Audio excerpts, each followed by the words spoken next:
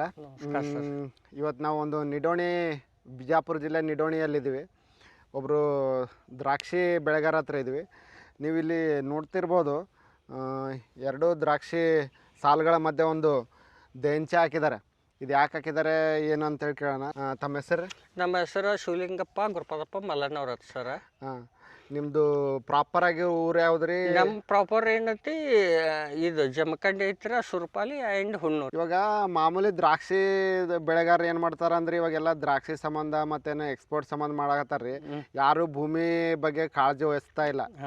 So ಇವಾಗ ನೀವು ಇಲ್ಲಿ ನಾನು ನೋಡಿದೆ, ಇದು ಏನು ರೀ, ಹೆಂಗೆ ಈ ದ್ರಾಕ್ಷಿ ಬೆಳೆಗಾರರಿಗೆ ಇದರಿಂದ ಏನು ಪ್ರಯೋಜನ ಆಗತ್ತೆ ಸರ್? ನಾ ಫಸ್ಟಕ್ಕೆ ಹೇಳೋದಂತರ ರೀ, ಭೂಮಿ ಒಳಗೆ ಫಲವತ್ತತೆ ಆ ಅಂಶ ಬೇಕು. ಹೌದು. ಮೊದಲಕ್ಕೆ ಏನಿತ್ತು ಸರ, ಭೂಮಿ ಒಳಗೆ ಜಿಂಕು, ಪೆರಸು, ಬೋರಾನು, ಕಾಪರು, ಮಾಲಿಬ್ಡಿಯಮು, ಐರಾನು, ಕಾಪರು ಇವೆಲ್ಲ ಇತ್ತು. ಈಗ ನಾವು ಏನು ಮಾಡಿದ್ವಿ, ಜನಸಂಖ್ಯೆ ಹೆಚ್ಚಾಗೋದರಿಂದ ನಾವು ಹೈಬ್ರಿಡ್ ವೆರೈಟಿಗೆ ಗಂಟೆ ಬಿದ್ದು ಮೇಲೆ ಭೂಮಿ ಒಳಗಿನ ಸತ್ವವನ್ನು ಎಲ್ಲ ಆಗಿ ಮಾಡಿವಿ ಸರ್. ಆಗಿ ಮಾಡೋದ್ರಿಂದ ಇಂಥ ಹಸಿರೆಲೆ ಗೊಬ್ಬರ ತಯಾರಿಂದ ಮಾಡೋದ್ರಿಂದ ಕಾಂಪೋಸ್ಟ್ ಆಗಿ ಇದನ್ನು ಹೂ ಇರ್ತಾ ನಾವು ಮುರಿದ್ವಿ ಅಂದ್ರೆ ತಾನ ಆಟೋಮೆಟಿಕ್ ಹಸಿರೆಲೆ ಗೊಬ್ಬರ ತಯಾರಾಗಿ ಭೂಮಿ ಕಾಂಪೋಸ್ಟ್ ಆಗಿ ಆಟೋಮೆಟಿಕ್ ಜಲ್ದಿ ಸಿಗ್ತದೆ ಸರ್. ಅಂದ್ರೆ ಇವಾಗ ಇದು ಹಾಕದ್ರ ನಿಂತಾರಿ, ನಮಗೆ ಇವಾಗ ಕೆಮಿಕಲ್ ಮೇಲೆ ಅವಲಂಬಿತ ಆಗಿರ್ತೀವಲ್ಲ, ಅದೆಲ್ಲ ಕಮ್ಮಿ ಆಗತ್ತೆ ಸರ? ಎರಡೂ ಬೇಕಾ ಸರ ಈಗಿನ ವಾತಾವರಣಕ್ಕೆ. ಯಾಕಪ್ಪ ಅಂದ್ರ ಹವಾಮಾನ ಮೂಲಕ 4 ಸಿಗ್ತಾವ್ರಿ, ನ್ಯಾಚುರಲ್ ಮೂಲಕ, ಕ್ಲೈಮೇಟ್ ಮೂಲಕ.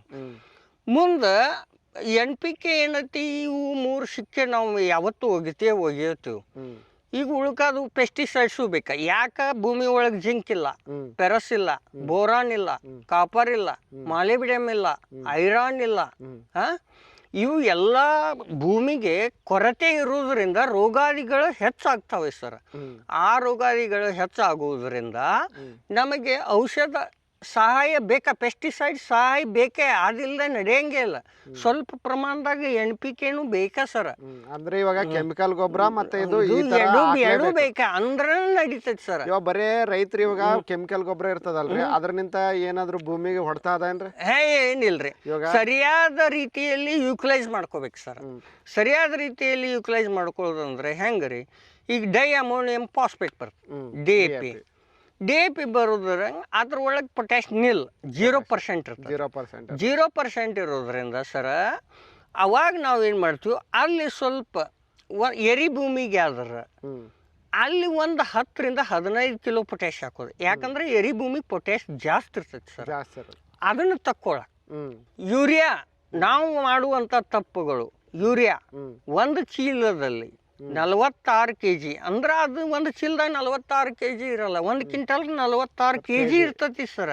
ಅಂದ್ರೆ ಒಂದು ಚೀಲದಾಗ 23 ಇರ್ತೈತಿ ಸರ್. ಅಂದಾಜಾಗಿ 23 ಇರ್ತದ. 23 ಇರೋದ್ರಿಂದ ಅದು ಏನಾಗಿತ್ತು, petrol formula sir. Urea petrol formula ಇರೋದ್ರಿಂದ ನಾವು ಹಂಗ ಗಾಳಿ ಬಿಸಿಲಿಗೆ ಹೋಗಿದ್ರೆ ಒಂದು ದಿನ 12 ಕಿಲೋ ವೈಬ್ರೇಟ್ ಆಕತಿ ಸರ್, ಹಾರಿ ಹೋಗ್ತದ. ಅಂದ್ರೆ ಇವಾಗ ನಾವು ಒಗದ್ ಬಿಟ್ಟು ಅಂದ್ರೆ ಇವಾಗ ಮಾಮೂಲಿಯಾಗಿ ಏನು ಯೂರಿಯಾ ಕೊಡ್ತೀವಲ್ಲ ಯಾವುದೇ ಬೆಳೆಗಾಲಿ, ನಾವು ಹಿಂಗ ಮ್ಯಾಗ ಚೆಲ್ಕೋತೀವಿ. ಆ ಚೆಲ್ಕೋತೋದಾಗ ವಾತಾವರಣದಾಗ ರಿಯಾಕ್ಷನ್ ಆಗಿ ಮೇಲ್ಗಡೆ ವೈಬ್ರೇಟ್, ನಾವು ನೀರ್ ಕೊಡದೇ ಇದ್ರ ವೈಬ್ರೇಟ್ ಆಗಿ ಹೋಗ್ತದೆ. ಮಳೆ ಮರದನು ನೀರ್ ಕೊಡಲಿಲ್ಲ, ಅದು ಹೋಗಿಬಿಡ್ತದೆ. ಅಂದ್ರೆ ಅವಾಗ ನಾವು ಏನ್ ಮಾಡ್ತೀವಿ, ಅಂಗಡಿ ಕಾರ್ ಮೇಲೆ ಡಿಪೆಂಡ್ ಆಗಿಬಿಡ್ತೀವಿ. ಅಂಗಡಿ ಕಾರ್ ಡೂಪ್ಲಿಕೇಟ್ ಕೊಟ್ಟ, ಅಂಗಡಿ ಕಾರ್ದ ತಪ್ಪಲ್ಲ, ನಾವು ಮಾಡುವಂತ, ರೈತರು ಮಾಡುವಂತ ನಾವು ತಪ್ಪು ಸರ್. ಪದ್ಧತಿ ತಪ್ಪು. ಇಲ್ಲಾದ್ರೆ ನಾವು ಎಟ್ಟನ್ನ ಯೂರಿಯಾ ಒಗಿತು ಅಟ್ಟು ನಾವು ನೀರು ಬಿಡ್ಬೇಕು. ಇಲ್ಲ ಆತು ನೀರು ಹಸಿದ ಮೇಲೆ ತದ ಹಸಿ ಒಳಗೆ ಹೋಗಿದ್ರೆ ಜಾಸ್ತಿ ಯೂರಿಯಾ ಬಿಟ್ರೆ ಭೂಮಿನೂ ಹಾಳಾಗ್ತದ ಸರ್ ಆಟೋಮೆಟಿಕ್. ಈಗ ನೋಡ್ರಿ, ರೋಹಿಣಿ ಮಳೆ, ಎಲ್ಲ ಮಳೆ ಒಳಗೆ ಹೆಚ್ಚಿನ ಮಳೆ ಅಂದ್ರೆ ರೋಹಿಣಿ ಮಳೆ.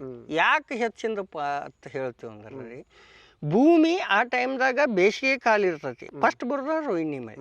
ಆ ಟೈಮ್ದಾಗ ಗದ್ನಿ ಮಿಂಚ ಹೊಡೆದು ಭೂಮಿ ಏನು ಎರಿಬಿಡಿ ಬಿಟ್ಟಿರ್ತೈತಿಲ್ಲ, ಆ ಗದ್ದೆ ಮಿಂಚ ಹೊಡೆದು ಮಳೆ ಆದ ಕೂಡಲೇ ಭೂಮಿ ಎಲ್ಲ ಪ್ಯಾಕ್ ಆದ ಕೂಡಲೇ ಆಟೋಮೆಟಿಕ್ ಯೂರಿಯಾ ಸ್ಟಾರ್ಟ್ ತಾನ ಭೂಮಿ ಒಳಗೆ ತಯಾರಾಗ್ತದೆ ಸರ್.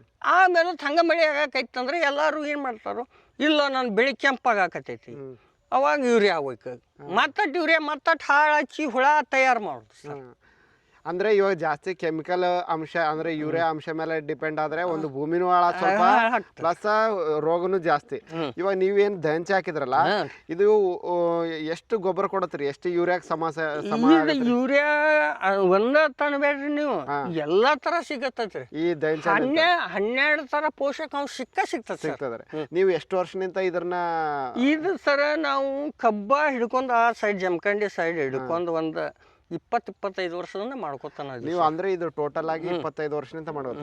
ಈ 1 kg ಬೀಜ ಎಷ್ಟು ರೂಪಾಯಿ ಬೀಳ್ತಾರೆ ಮತ್ತೆ 1 ಎಕರೆಗೆ ಎಷ್ಟು ಇದು 1 ಎಕರೆಗೆ 40 kg ಬೇಕು ಸರ್. ಇದು ದಂಚ ಸೀಡ್ 1 ಎಕರೆಗೆ 40 kg ಬೇಕು. ಹೂವು ಆಗ್ಗೊಡ್ದನ ಮುರಿಬೇಕು ಸರ್. ಹೂವು ಹಾಕಿನ ಮುಂಚೆ ನಾವು ಭೂಮಿಗೆ ಸೇರಿಸ್ಬಿಡ್ಬೇಕು ಮುಚ್ಚಿ. ಮುಂದೆ ಯೂರಿಯಾ ಕೊಡಂಗಿಲ್ಲ ಸರ್. ಯೂರಿಯಾ ಕೊಟ್ರಿ ಅಂದ್ರೆ ಇದು ಮುರಿಯಲ್ಲ, ಅಂದ್ರ ಅಲ್ಲೇ ಸುತ್ತ ಹಾಕ್ತದೆ. ಇದಾಗಂಗ ರೋಟೋವೇಟರ್ದಾಗ ಸಿಗಲ್ಲ ಅಂದ್ರೆ ಕಟ್ ಆಗಲ್ಲ.